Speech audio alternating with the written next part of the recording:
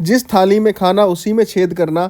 बांग्लादेश अब भारत को आंखें दिखा रहा है, जो कई मुद्दों में भारत की मदद का तलबगार था।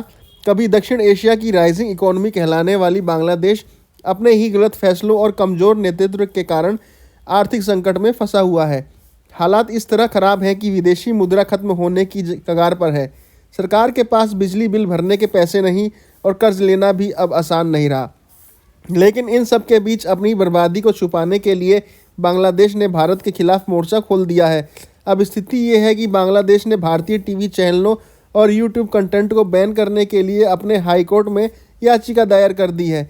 पिछले कुछ सालों में भारत ने बांग्लादेश को अपने कई मेगा प्रोजेक्ट के जरिए आर्थिक व रणनीतिक मदद दी थी। शेख हसीना सरकार के दौरान भारत और बांग्लादेश के संबंध मजबूत रहे, लेकिन मोहम्मद यूनुस की नई सरकार आते ही स्थिति पूरी तरह से बदल गई है। बांग्लादेश ने आरोप लगाया कि भारत के टीवी चैनल्स और यूट्यूबर्स उनके देश की छवि खराब कर रहे हैं। द इंडियन एक्सप्रेस के मुताबिक बांग्लादेश हाई कोर्ट में ये याचिका दायर की गई है कि भारतीय मीडिया और यूट्यूबर्स को देश में बैन किया जाए। इतना ही नहीं, बांग्लादेश ने भारतीय नागरिकों के लिए वीज़ा प्रक्रिया रोक देने का भी फैसला किया है। ये कदम दोनों ही देशों के बीच डिप्लोमेटिक टेंशन को और बढ़ा रहा है। वैसे क्रेडिट रेटिंग एजेंसी मूडीज़ ने बांग्लादेश की रेटिंग को B1 से घटाकर B2 कर दिया है। इसका मतलब ये है कि बांग्लादेश को किसी भी कर्ज के लिए ज़्यादा ब्याज दर चुकाना होगा। बांग्लादेश का टैक्स कलेक्शन पूरी तरह से गिर चुका है, जबकि सरकारी खर्चे बढ़ रहे हैं।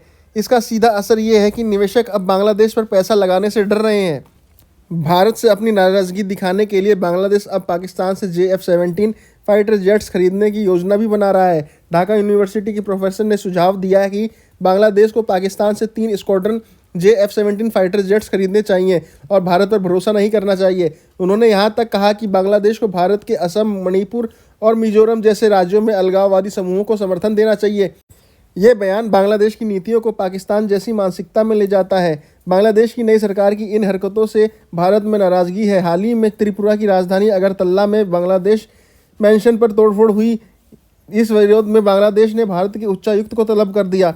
भारत के साथ टकराव बांग्लादेश के लिए एक बड़ी गलती साबित हो सकती है। भारत दक्षिण एशिया में सबसे बड़ी ताकत है और बांग्लादेश की कई इंडस्ट्रीज़ भारत पर निर्भर हैं।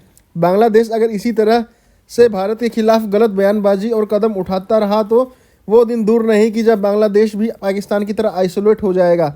आपकी इस पर क्या राय है, कमेंट में बताएं। वीडियो को लाइक और शेयर करें, चैनल सब्सक्राइब करें और देखते रहें कूल डैडी शो।